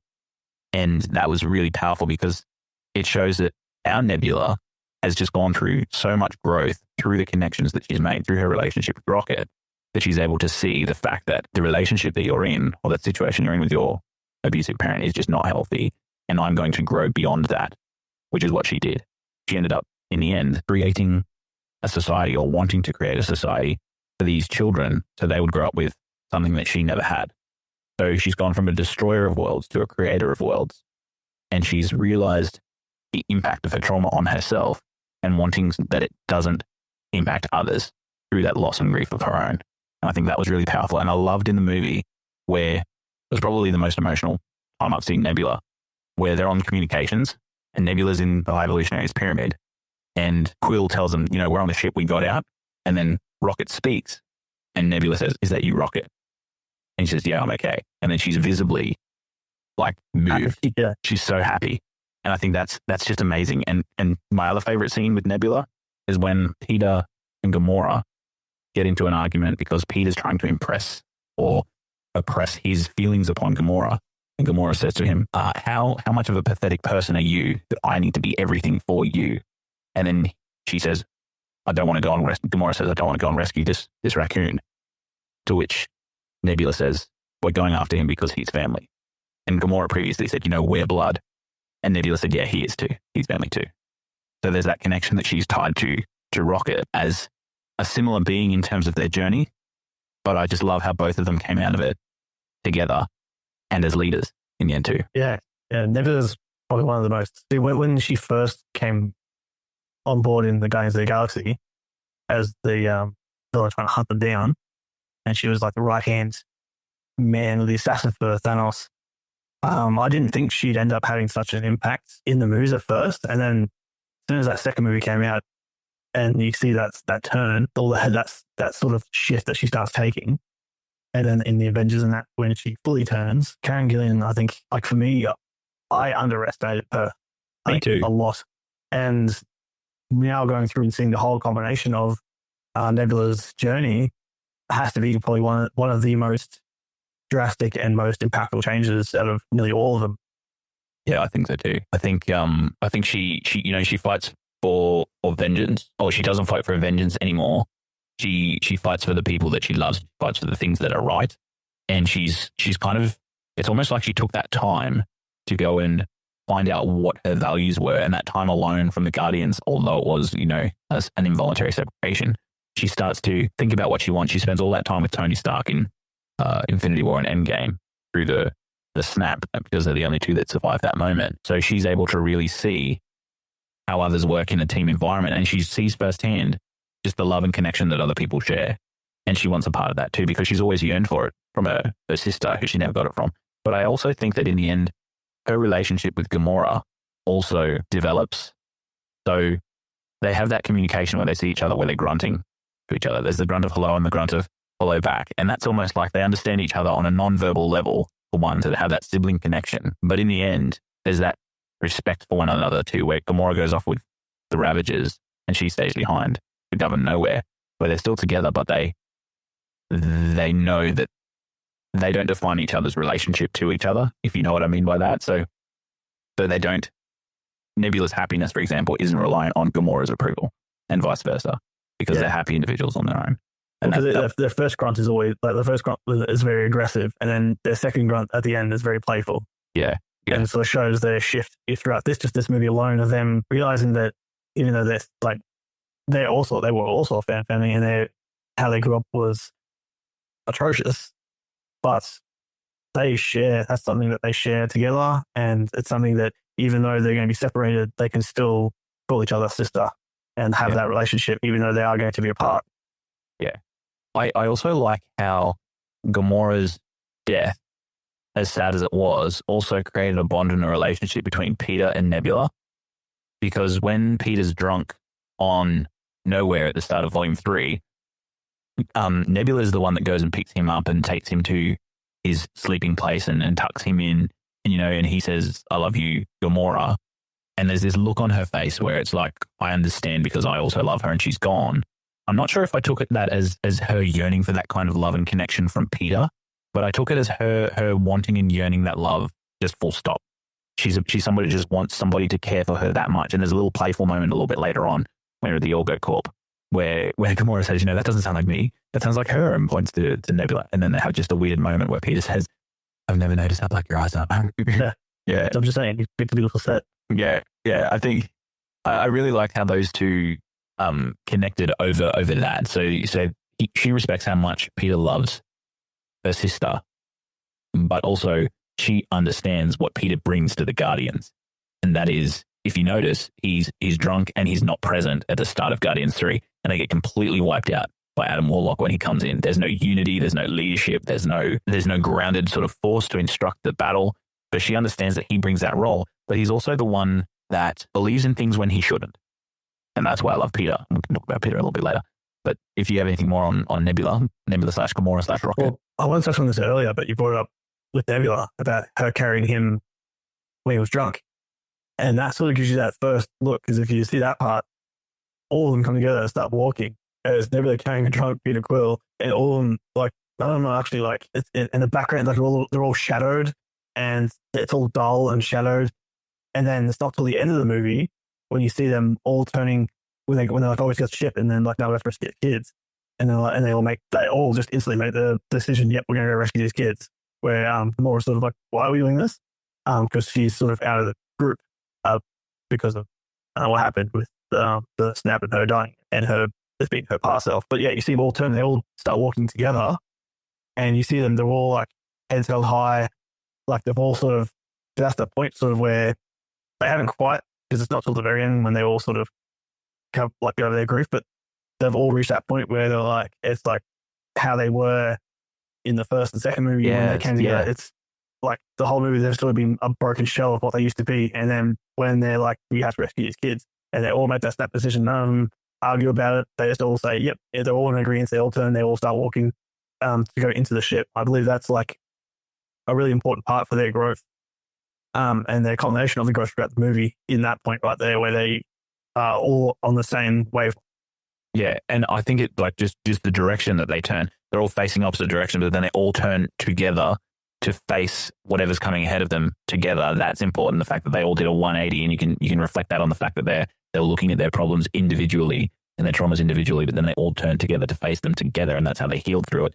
But I also noticed in that scene, the two members of the Guardians that turned first with Rocket was Groot. He was immediate.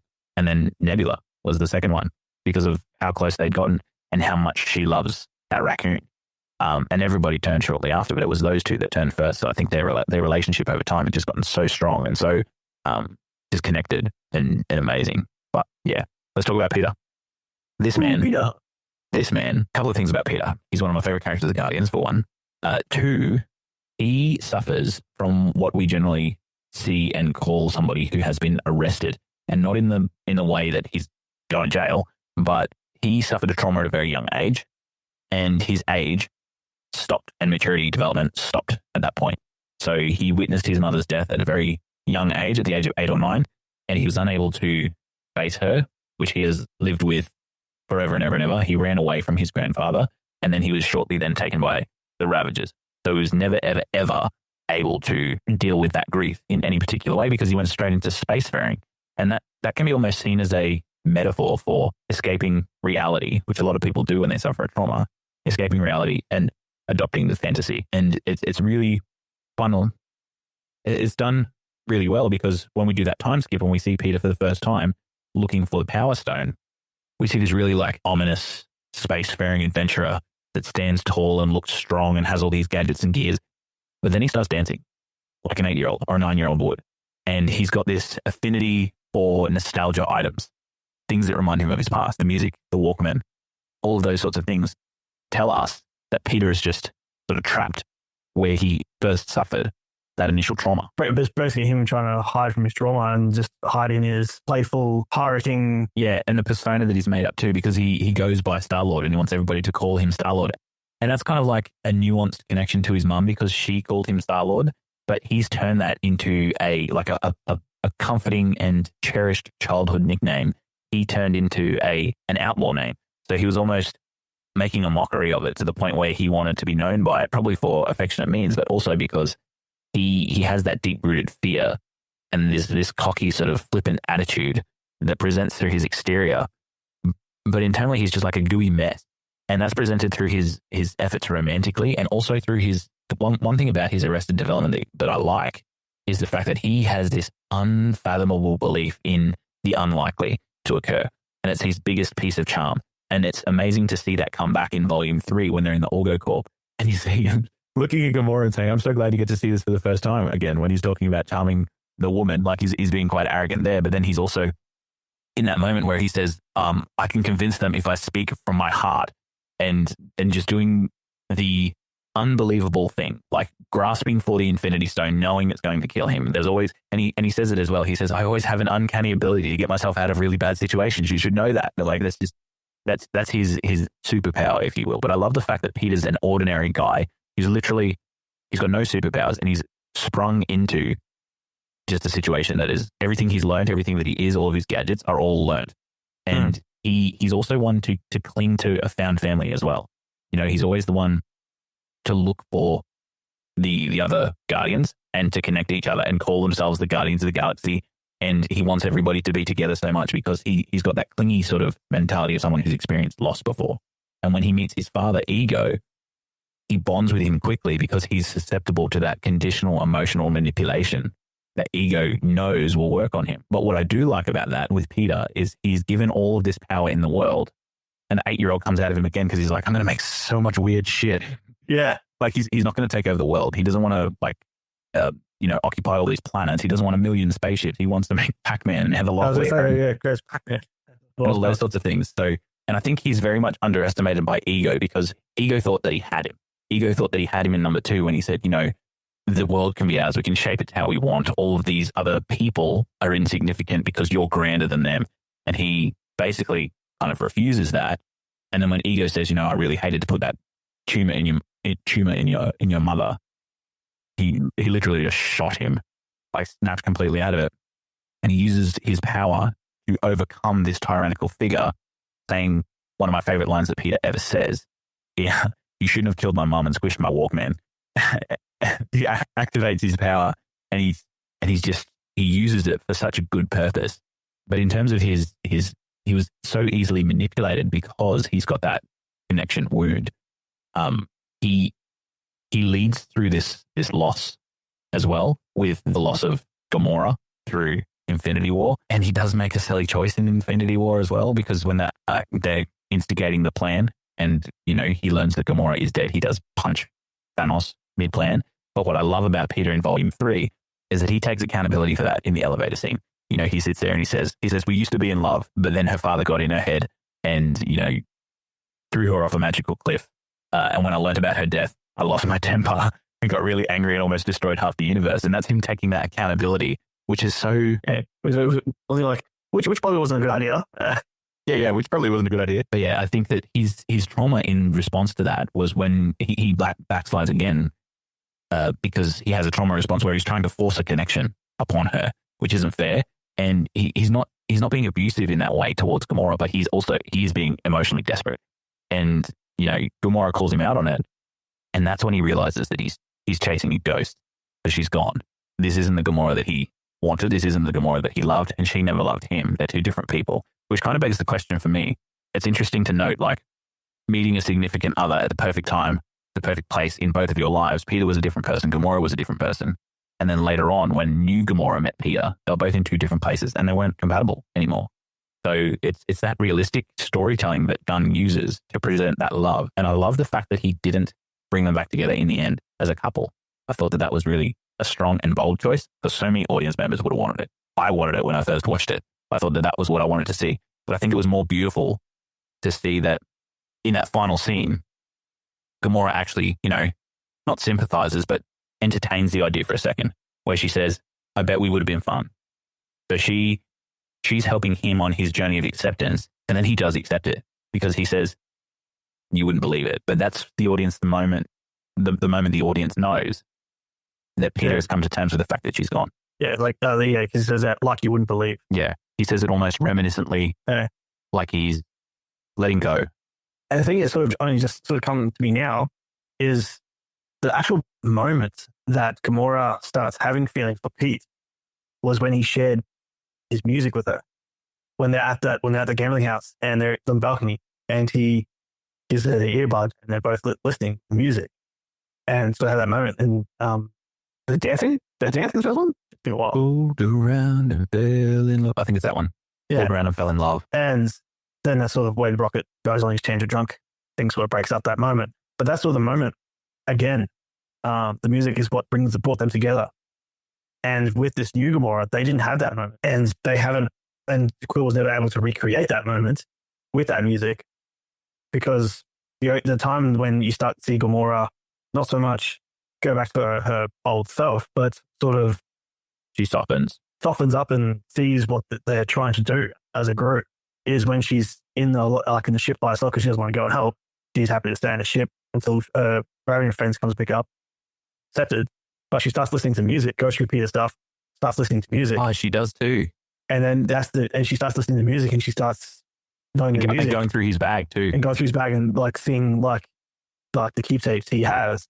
And like later on gives him back the phone and says, "Just fell out of your bag." That's when she starts to understand who he is beyond who he's trying to impress upon her. Yeah, exactly. Because he's trying to impress upon her by being his quote unquote charming self, which is more of like a boyish charm, rather. and it's really forced. Yeah, it's almost his true self is what attracted her, and also his manner of wanting to save the day all the time, but doing it in a heroic fashion, unintentionally and without bravado.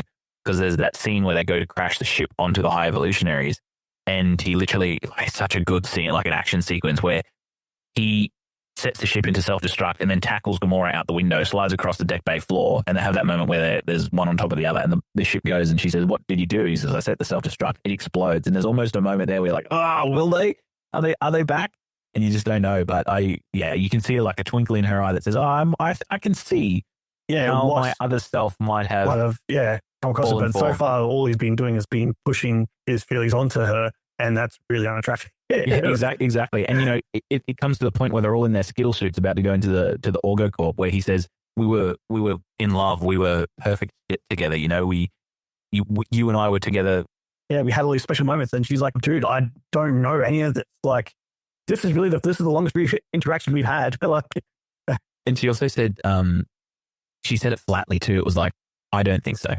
In terms of that, I doubt it, or I highly doubt it, or something like that. Because you seem like a really clingy, emotionally clingy person, and I don't think I would have fallen for that. But realistically, they fell in love over time, first through the music, and then of how Peter acted and his heroism and the charm that he has naturally, rather than this forced charm that he's trying to push upon her, and these moments that he had with Gamora that Gamora never had, and just trying to push all that onto her would be not for anyone to take. Yeah, exactly. And exactly not fair at all for her, because he may have had those moments. She's had those moments. So how is she supposed to replicate that when she never experienced it? Yeah. It would have been tricky for Peter to go through as well, because seeing the one that you love dying and then seeing her in flesh and blood in front of you, but then coming to terms with the fact that that's not the same person. But through his arc, he does learn this emotional maturity to love someone without forcing them to love him back. So he will still love that Gamora because she looks like his Gamora, but he does not expect her love in return or back in the same way in that manner. And I think that's the emotional arc he goes through there, where he heals from the fact that he's a drunken mess at the start. But I think the bigger healing comes for Peter at the end of his traumaed arc, where he left his mother at the start and he hasn't returned to Earth since. He's been running from it. There's a moment in Guardians 2 where he faces Gamora and says, this is real life. I'm not running away from a fantasy. And then Mantis calls him out on it in Volume 3 as well. She says, "You lost your mum and then you ran away, but your grandfather was on Earth and he lost his daughter and his grandson in the same day." And then that's when they get into the talk about people dying at 50.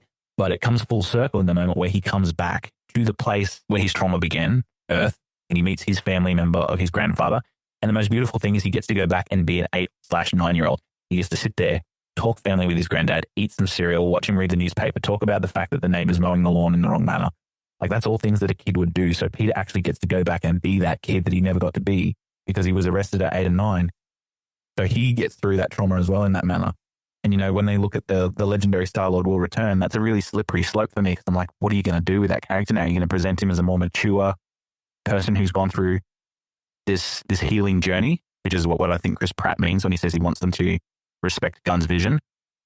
Or are they going to still making that cocky-filled bravado Han Solo mixed with the Mandalorian kind of character? I think he's always going to be that, though. That he's going to have that cockiness to him and that bravado.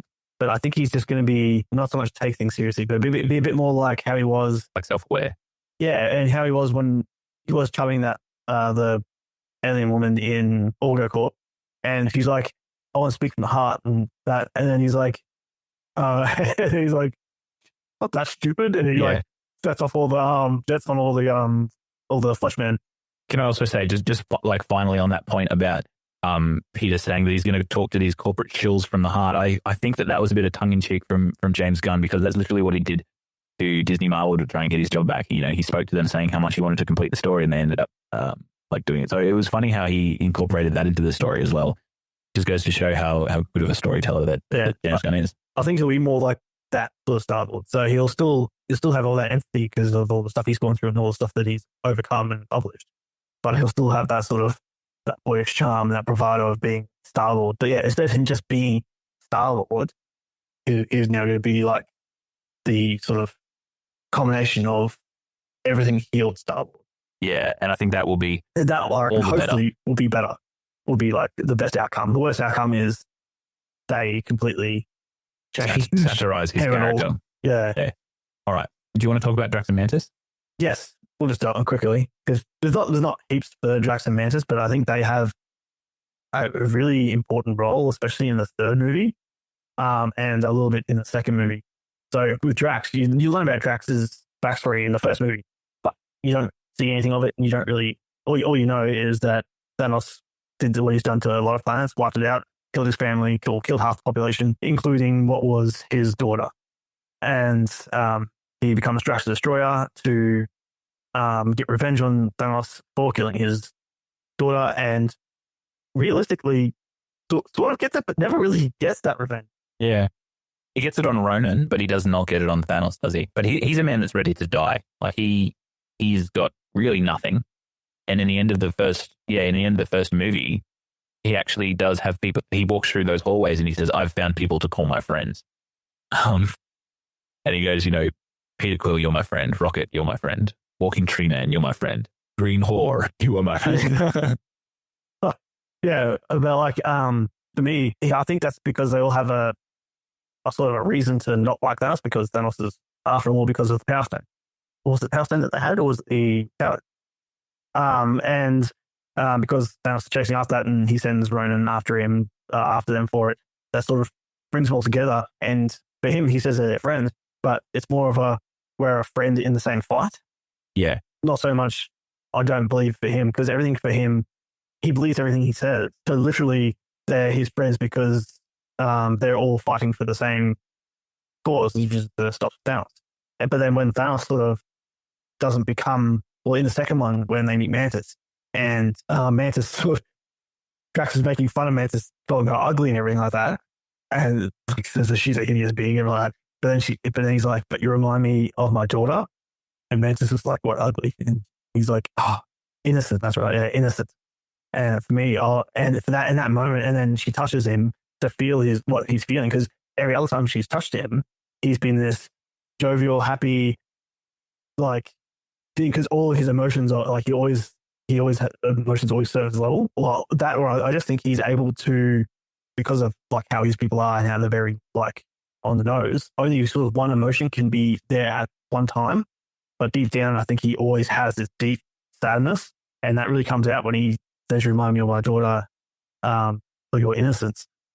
And Mantis touches him, and I think it was done very well how Pom, the actress, plays Mantis. Klimatov, yeah. She just like fully just breaks down into this, just like, for me, like watching it, I watched it again, and it's just like this unimaginable sadness that she just washes over her. And that's sort of what Drax has been carrying ever since his daughter was taken away. So he's carried that all through the first, so that joking sort of bellowing laughter of a man that Drax is in the first movie, that even when he's like saying, "Oh, they killed my daughter," but through the whole thing, he's like one of the comic relief characters in the movie.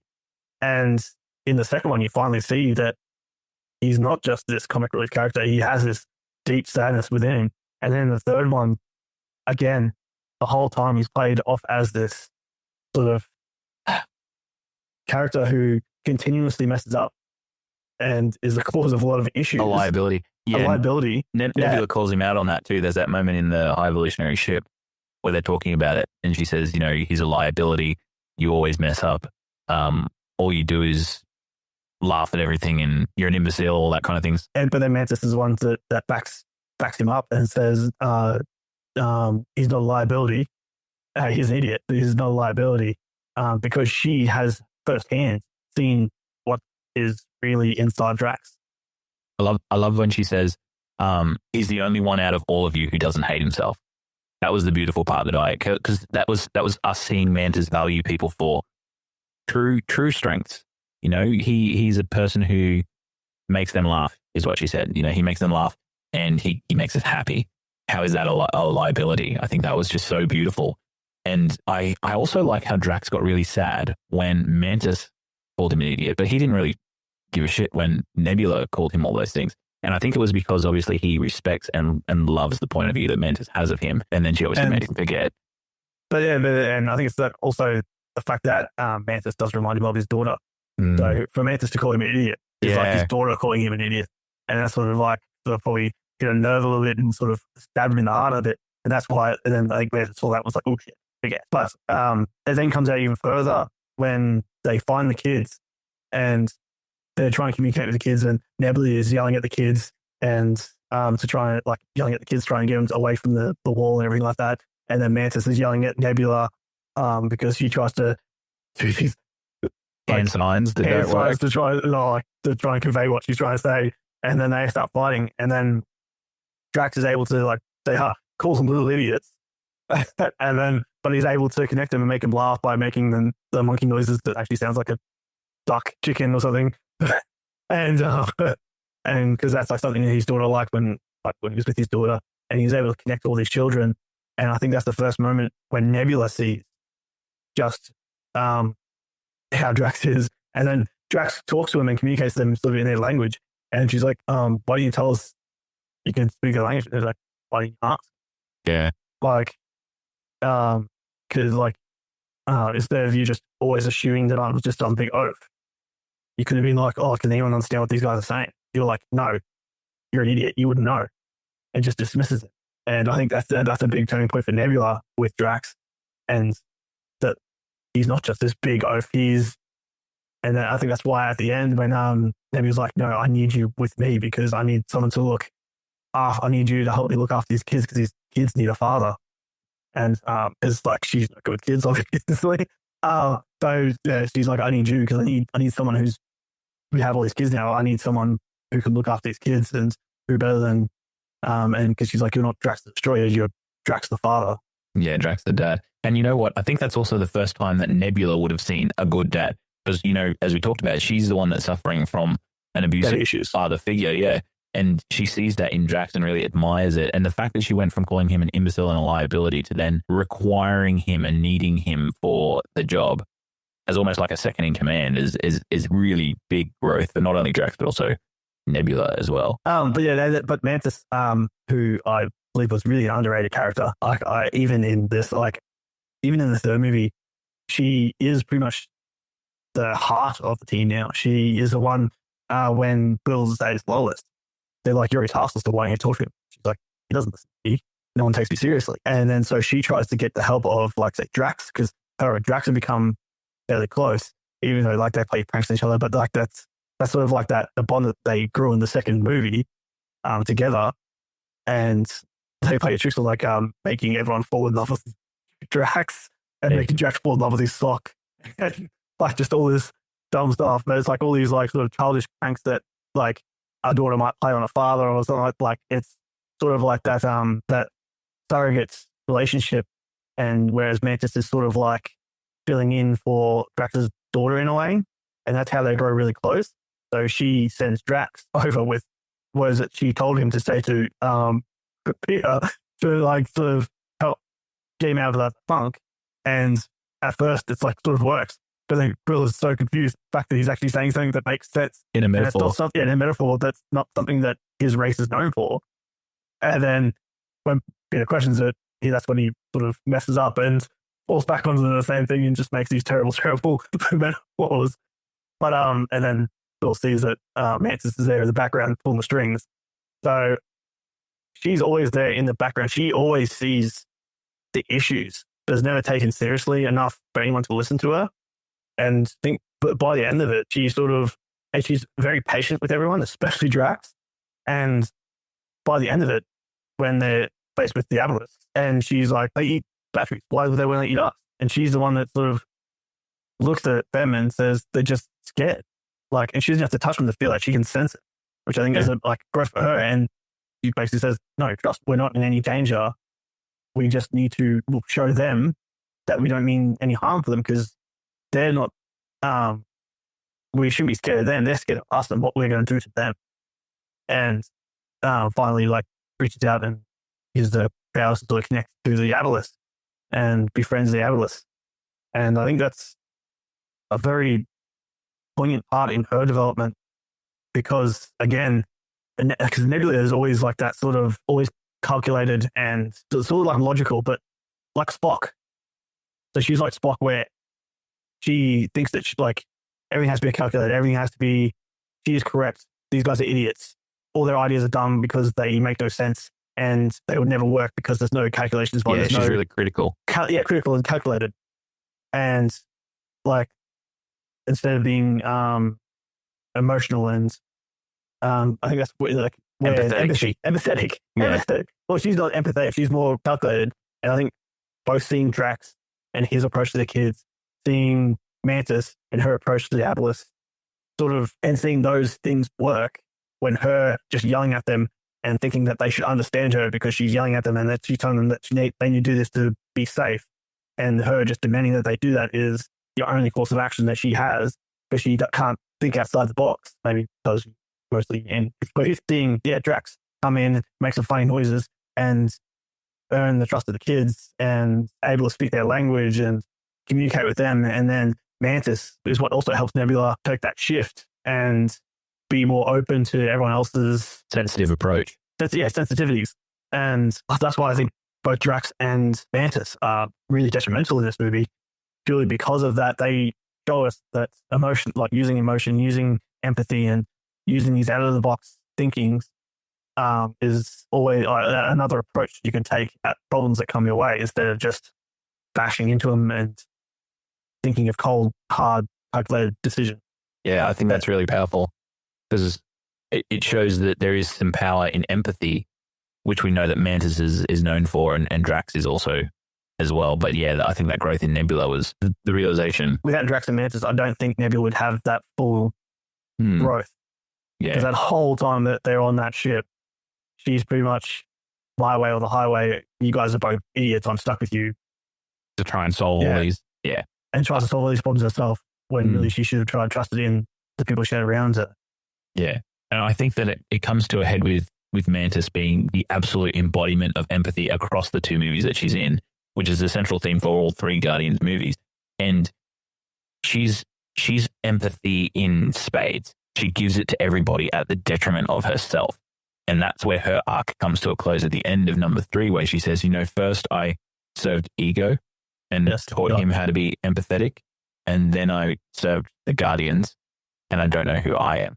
And I think that's the best ending for her character ever, was that she goes out on her own. But it was so beautiful when, as soon as she said that, Drax said, well, I will go with you because you need protection from your incredible flaws. And it was just so lovely to see that he values that protective role of her.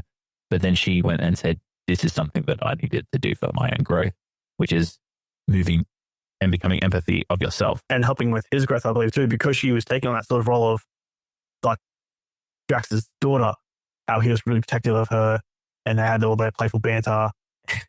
And he sort of grown that attachment. And she knew that she was only a stand-in for him.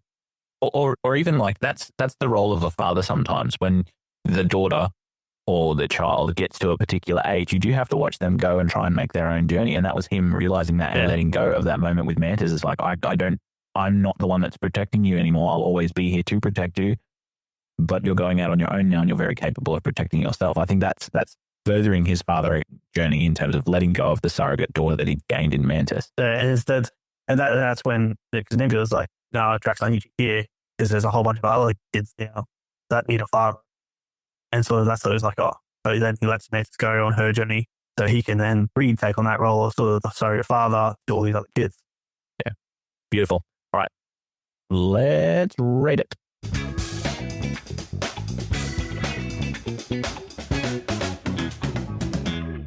All right, this is our Fandom Portals on board. It's time to rate and rank it. Each host gives the movie a score out of 5. We then take the average and add it to our official Letterboxd on board. If you want to follow that along, you can join us on our Letterboxd, which is at Fandom Portals. Brash, I'm not going to beat around the bush on this one. I gave it 5 stars. What'd you give it? I gave it 4.5. That's fair.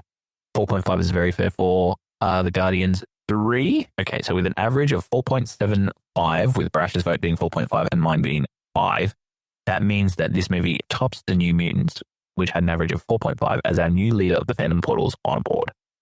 Congratulations, Guardians of the Galaxy 3. Let's go into our sign-ups.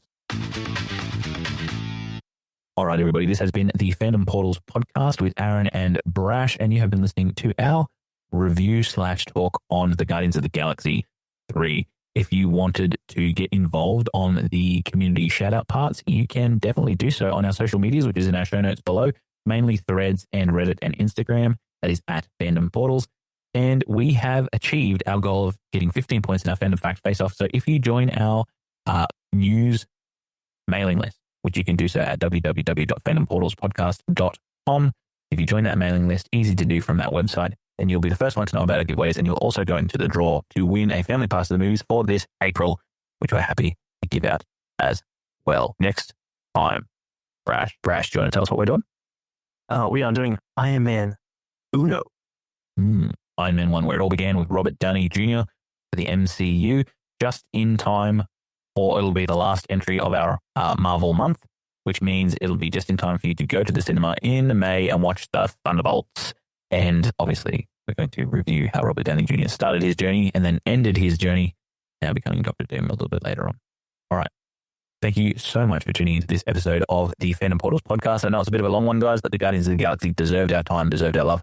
We thank you for coming along with the journey with us. Keep learning, keep growing, keep loving fandoms, Brash. I love you guys. That was really good. I did. Yeah, I did. At the start was I am Groot, and at the end is I love you guys. Mm-hmm. Yeah, the audience is part of our family now. We're all family now. Yeah, we're all family now. All right. See you later, guys. See ya.